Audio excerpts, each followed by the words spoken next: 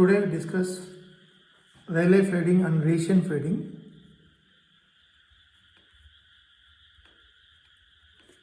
Rayleigh fading and Rayleigh fading.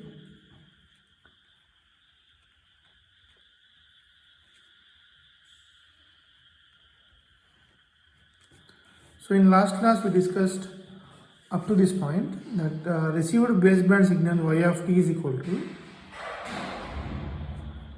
channel coefficient times transmitted baseband signal for low bitrate communication, means for narrow band communication, narrow band communication. So the value of h is the sum of multiple complex numbers alpha I into e power j, something like 2 pi fdi t minus 2 pi fc tau I. You can write this in short as sum of I alpha I into e power j phi I, where phi I is equal to what? 2 pi fdi t into minus 2 pi fc tau I. So as if you see here, so each alpha I into e power j phi I is nothing but the ith path coefficient, that is one is attenuation coefficient and this is what? The phase of the ith path. So like that we will have several paths and then they are getting combined at the receiver. So we have n paths and n is quite large. So this is our channel coefficient. And one more thing is here, because a high frequency carrier is multiplying with the propagation delay of the path, a small change in propagation delay or a small change in the user location can create a large change in the phase. Thereby the total sum of these complex numbers, maybe they will be constructively added or destructively added, causing there will be a lot of fluctuations in the h value.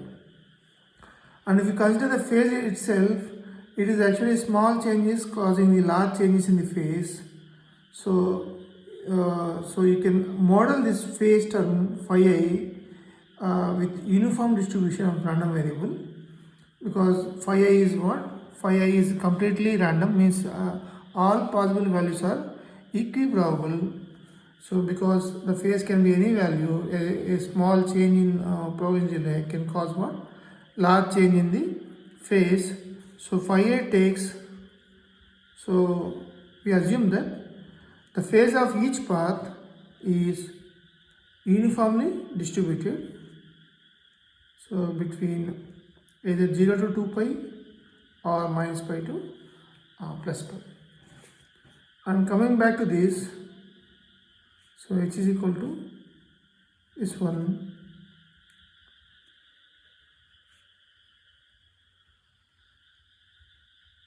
So assuming y of t is equal to h into x of t, and x of t is something like a unit energy signal, then the total received power will be equal to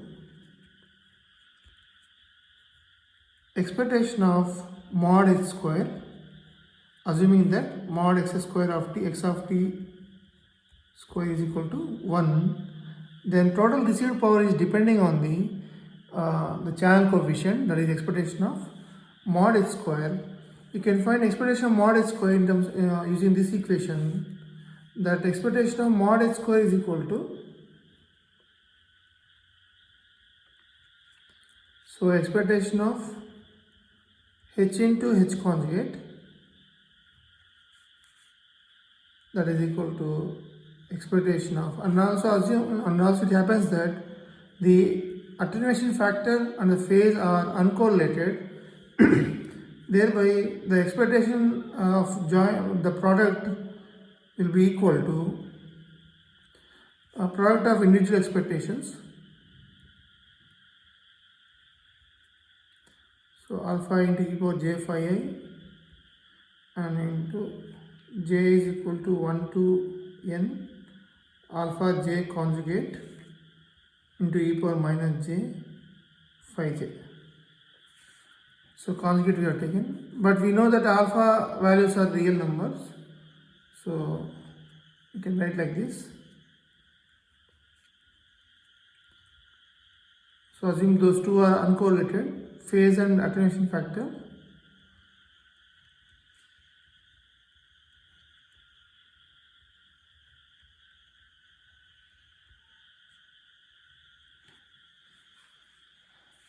So now if you observe this one, if phi I and phi j are uniform,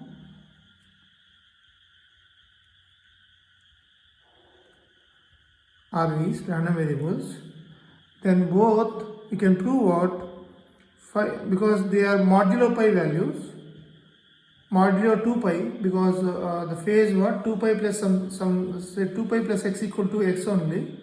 So their modulo 2 pi, the values of phi's are what? Modulo 2 pi. So phi minus phi j will also be, you can prove this one, will also be uniform random variable. And similarly you can also prove the other one is what? So phi I plus phi j is also what? Is also uniform random variable,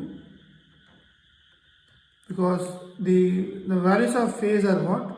They are modulo 2 pi, means the phase value from 2 pi plus x is equal to actually 2 x only. So using that fact, you can prove these 2 points, this one and this one. So if you see the expectation of e power j, this will be a uniform random variable, then this will be 0 until unless I what equal to j. If I equal to j, this value will be equal to 1, thereby the power in the channel coefficient is equal to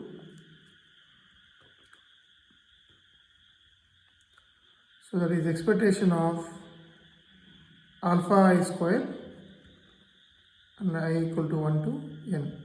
So the average power of the received signal is nothing but the average power of each attenuation factors.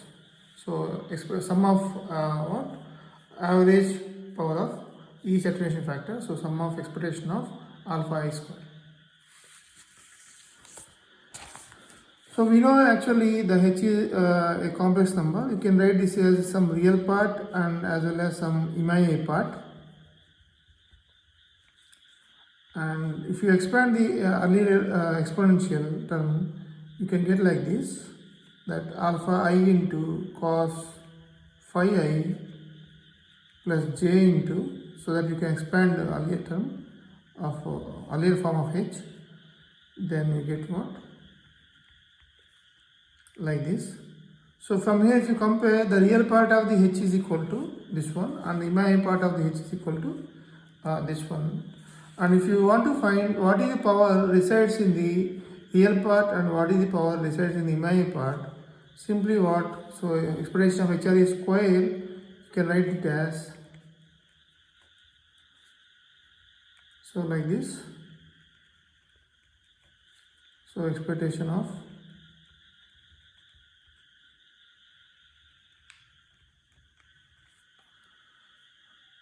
right. So if you see, you can prove this again. This is in cos A cos B format. So you can write in terms of cos A plus B and cos A minus B. And both phi A minus plus phi j and phi A minus phi j will have uniform distribution. So the expectation of this will come to be 0. And finally we will get what? Half will come here. So because 1 by 2 cos A plus B plus cos A minus B will come. So 1 by 2. So finally we will get what? So which is nothing but half of the total power, received power. So in total received power, half of it is residing in the real part and similarly half of it will be residing in the imaginary part. So you can also prove this one. Yeah, just analyzing this channel coefficient. So channel coefficient is nothing but a complex number, and it has certain real part and imaginary part. And total power is equal to the power of real part plus power of the imaginary part. So that we have seen just now. And also you can observe one more point is what is it is actually the mean square value of the channel coefficient. If you find the average value of the channel coefficient, you can write like this: expectation of HRE plus expectation of HIM. We know both phi and these phi's are uniform random variable. If I take expectation, so you can write expectation here and into expectation of this. So expectation of this is nothing but 0. So for both the cases, means for both real part as well as imaginary part, you are going to get 0, and the average value of this is what? Will be 0 only. So what we have found so far is the H's will have some real part whose mean is 0, and mean square value of the both real part and imaginary part are same, that is half of the total. And one more thing you can prove what? The HRE is equal to alpha I into cos phi I, and I is equal to 1 to n.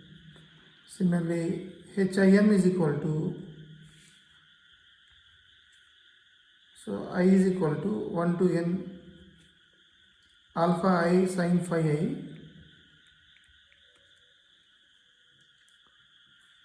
So that is real part and imaginary part. And if you see, all phi I, phi 1, phi 2, phi 3 all are same, identically distributed, and each multipath, so alpha I into e power j phi I means ith path is independent of what? Say jth path, say, which is having the coefficient e power j phi j, right? So because no multipath is influencing the other multipath, means they are not related to each other. They are not related to each other. So thereby you can assume what? These two are what? Means all phi i's are independent and identically distributed. All phi i's are independent and identically distributed. Similarly, you can take the assumption for what? Attenuation coefficients also. All phi i's are, because no propagation path is related to other propagation path. So are independent and identically distributed. So if you are adding some random variables which are independent in nature and identically distributed, the sum will be a Gaussian random variable. By using central limit theorem, you can state this one. By using central limit theorem, you can state that when you are summing independent and identically distributed random variables, the resultant random variable will be a Gaussian distributed random variable, means it will be normal distribution having means here you have found already 0 mean, and you have some variance, and variance equal to mean square, because what? Mean is 0. Similarly, HIM also, it is sum of independent and identically distributed, and this one. And you can prove further that the real part and imaginary part are what? Uncorrelated. And so if two Gaussian random variables are uncorrelated, they will also be what? Independent. So the real part and imaginary part are what? They are uncorrelated, and so expectation of HRE into expectation of this you can prove just by multiplying them and take the expectation both the sides, and this one. So the mean square of the real part random variable is sigma square. The mean square of the imaginary part random variable is sigma square. So the total power is sum of these two powers. So you can write expectation of mod h square as 2 sigma square means the power of the mod h value is 2 sigma square, and which is equal to summation of 1 to n expectation of alpha I square.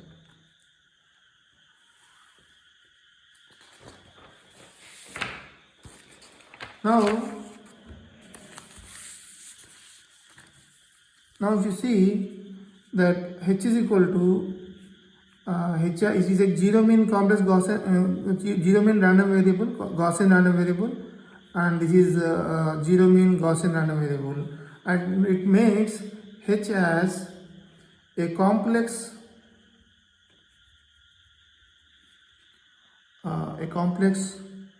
Gaussian random variable.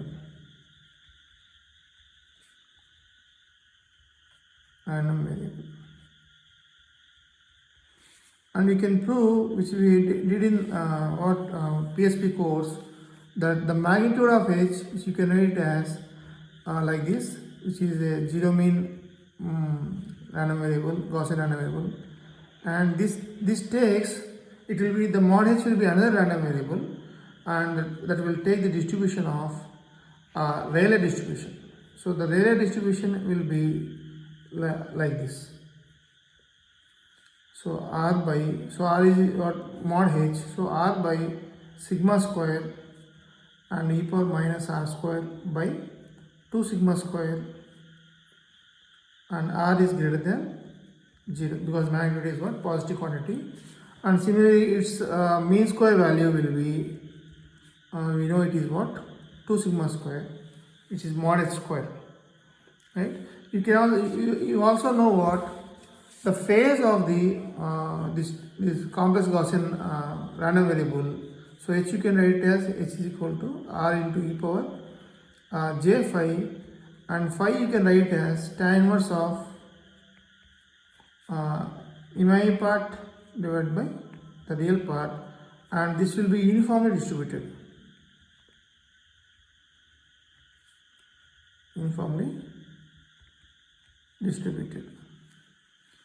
And if you observe, so y is equal to actually h into x of t.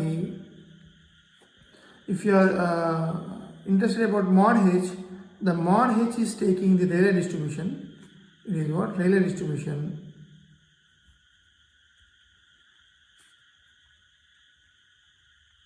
And this the fluctuations in the h in the received signal y of t, say mod h into x of t, how it become mod h. So we take magnitude of, we are interested in magnitude because one can correct the phase of the received signal, that we discuss later.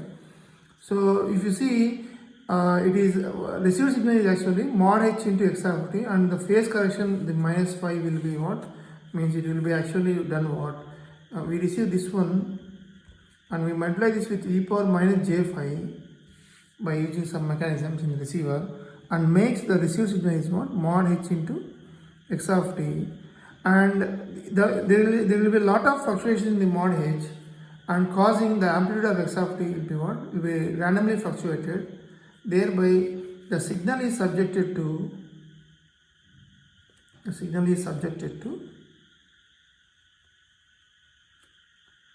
fading, and the fading PDF is, or distribution is Rayleigh. So the signal is now here subjected to Rayleigh fading. So how the x of t amplitude varies over various locations. So various locations, how it varies is something like this. If you observe here, so if you see, this axis is received power relative to RMS value, or it means you can what, received power is mod, the instantaneous power is mod h square. So you can take 10 log, so it is in dBm. So 10 log 10 minus, and means relative to RMS value, no? So 10 log 10 RMS square means mean square value. So relative means minus this one.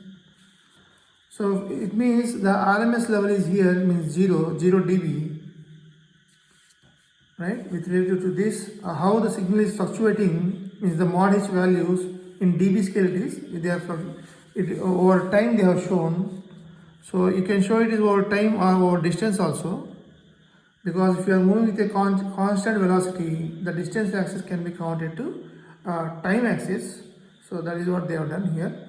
So if you see, there will be a lot of fluctuations, something like this, and occasionally it goes up to what, from the average power, it is 0 dB is now average power, because we have subtracted this from this one. So this is now our average power. Occasionally it can go what, up to minus 35 dB below the average power, right? So if you want to avoid such what, going below minus 35 dB, what you should do is you can add some power, means by increasing the transmit power you can add some power. So that is called, we call it as margin. So if you add some power to the transmit power, so it will raise the actual the so that we come just now, we will come to this. So if you see this diagram, so this is also same kind of fluctuations, and this is also time axis. So like this, actually the mod h value will be varying. This is actual received power. It is straight away 10 log. It is not relative to the RMS value. So it is straight away, you can write this as 10 log base 10 mod h square. So it is in dBm. So you can add here 30. So if you see, this is the actual fluctuations of the received power, and there are a lot of fluctuations if you see here, and this will be actually the average received power, means this value will be equal to 2 sigma square in dBm. So average received power, how much we get is 2 sigma square, which is the sum of expectation of all alpha I square. So that is average power. And see, for example, if somewhere here there is a receiver sensitivity, so you can say what, our average power is above the receiver sensitivity by 10 dB. So our average receiver power is above the minimum required power, required is what, 10 dB. So now here this 10 dB we call it as margin. Why? Because the average power is above the sensitivity, above the minimum required power by how much? This is what, in this case the margin is 10 dB. But if you go with 10 dB margin, so margin, or you can write, because this margin we are discussing in terms of fading, so it is a relay fading margin, or fading margin calling it is. So for example, we are taking sensitivity as minus 100 dBm, and this is the average received power minus 90 dBm. Then the average received power is above the receiver sensitivity by 10 dB. So we call this difference as what, actually fading margin. You can write like this. So the average power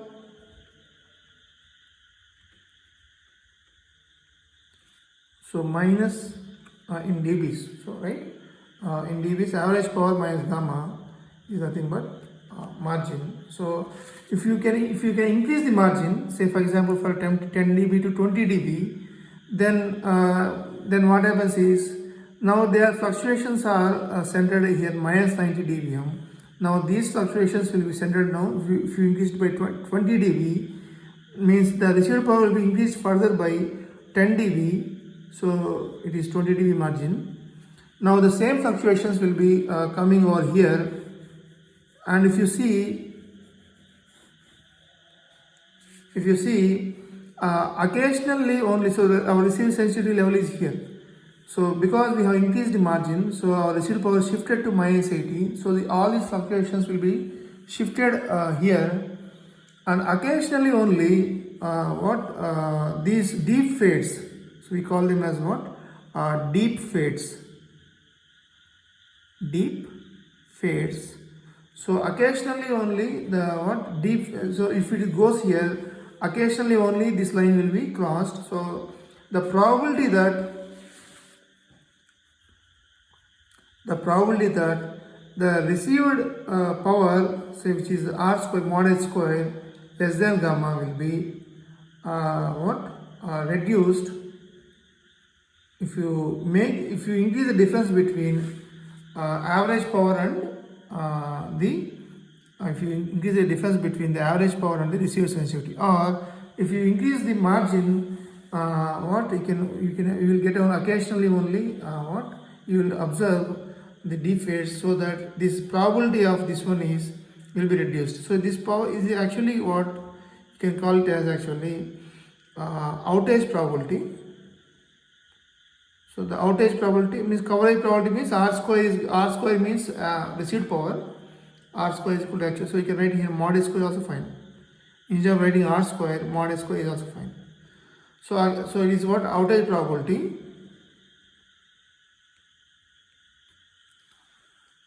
This is outage probability. So the outage probability can be reduced by increasing the margin, which is what this average power. Average power is 2 sigma square.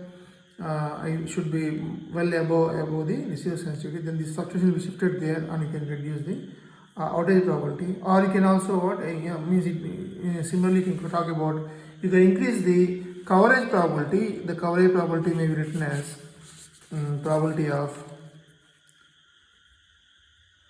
in fact the coverage probability is this mod S square greater than gamma. This is actually the coverage probability. So actually we have actually the PDF function of the Rayleigh distribution, that is f of r mod h is equal to r by sigma square into e power minus r square by 2 sigma square, right, where r is greater than 0. Or you can also write this as r by sigma square, you can write into, this is actually the total power of the receiver signal, and square root of that we call it as what, RMS value, and that is what we do it as r RMS square, where r RMS is equal to root 2 sigma. R RMS equal to root 2 sigma. So this we can do. And if you want to find the CDF of it, so from CDF one can find the outage probability. So the CDF of this, which is probability of R or mod H less than some R, capital R, is equal to 1 minus e power minus r square by r RMS square. So from here, for a given outage probability or coverage probability, one can find the actually the fading margin. The fading margin is equal to, so the 20 or 10 log r RMS square average power minus 10 log or minus the receiver sensitivity in dBs. If it is in dBs, and it should be in dBs. If average power is given dBms, so it should also be in dBms. You can find actually from the given outage probability, right? From outage probability. So outage probability means probability of mod h less than root gamma. Actually gamma is power, so in linear scale it is what, here it is in linear scale, right? So root gamma. From here one can find the outage probability. So just for description purpose, and we go now to the other type of fading, which is called as Rayleigh fading. So Rayleigh fading. So the difference between Rayleigh fading and Rayleigh fading is that is channel coefficient. Channel coefficient here also same, it is some I is equal to 1 to say some n, and alpha I e power j phi I.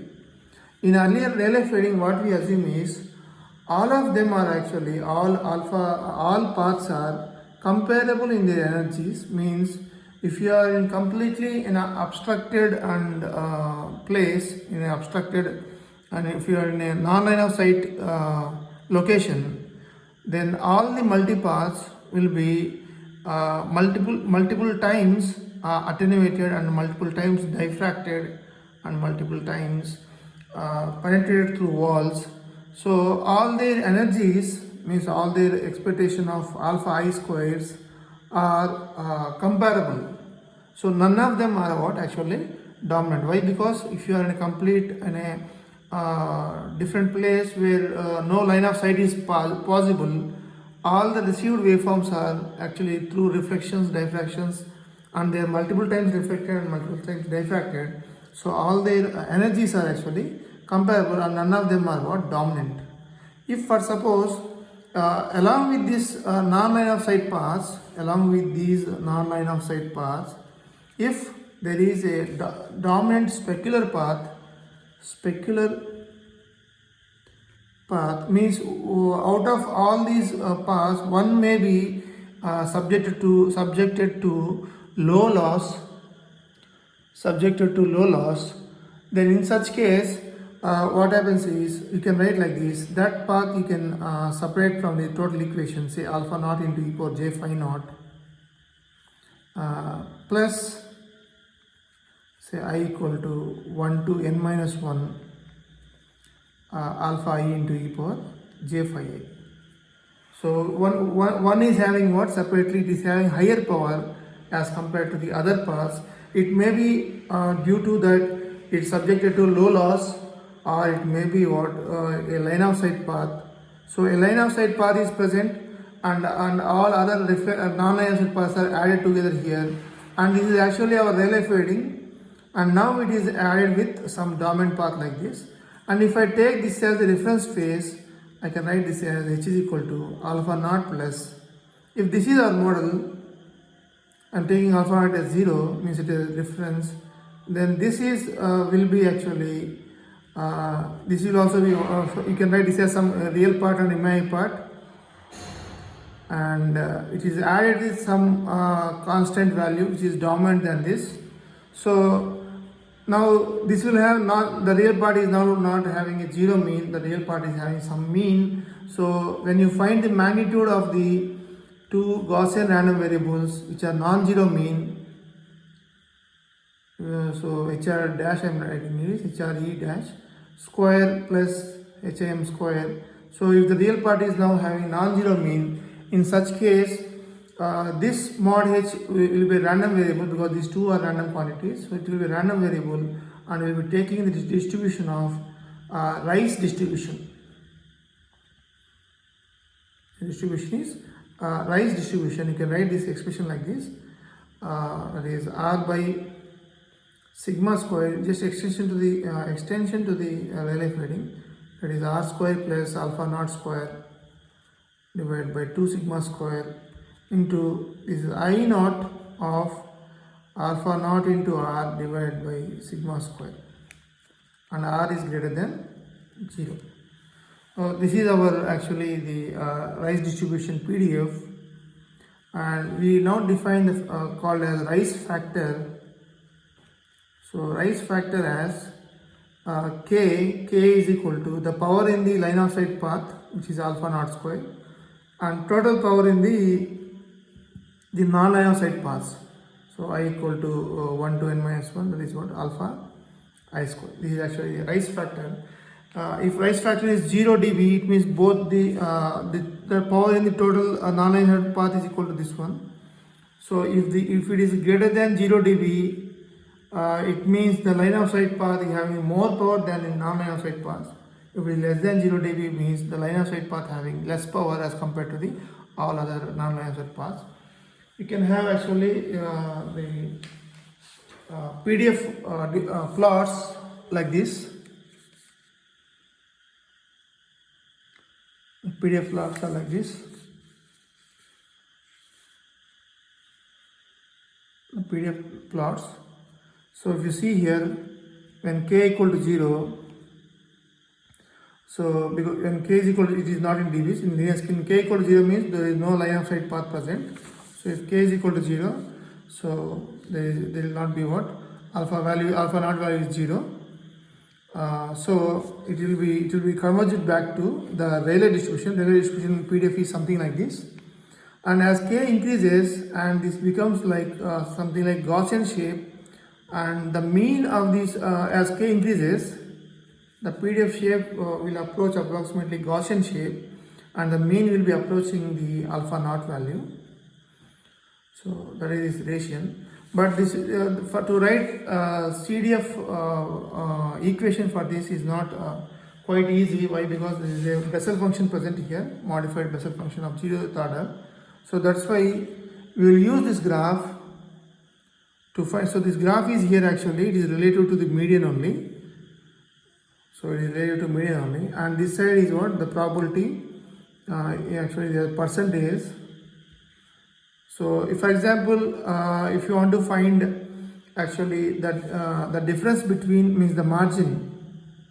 If you want to find the margin, actually, the received power minus the average received power minus the sensitivity. So here it is given actually as what actually this is what this is the received power minus this one. And if you see for 1% outage, and if say for example there is a 6 dB actually the rise factor for 1% outage, they are the percentages only. So this is CDF actually. So CDF means they are for 1% outage, and you will find actually so this is a K, this one. So maybe for 1% outage, the value is here 9 dB. So it is what? Minus 9 dB. So the margin will become what actually? So this is here, what you got here is, this is the difference between R by R median, means this is the difference between gamma minus PR of D bar for K is equal to 6 dB, you got this is the value. So it means margin is equal to, which is the average power minus sensitivity, will be equal to what? In this case it will be 9 dB. So this way you can see this one. So this is actually CDF graph, and here the axis is what?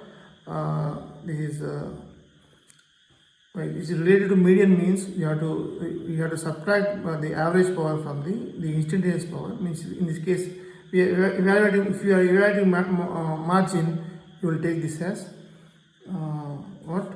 This is sensitivity. So for this case, the margin will come to be 9 dB. So this is today's class. So this is about actually Rayleigh and Ration fading. The difference, only main difference between these two is there will be dominant path in the Ration fading, and there will be no dominant path present in the Rayleigh fading, where all the multipaths subjected to multiple times they are attenuated, and means they are diffracted, reflected. So all of their energy are comparable. None of them is dominant. So we'll discuss next class from here.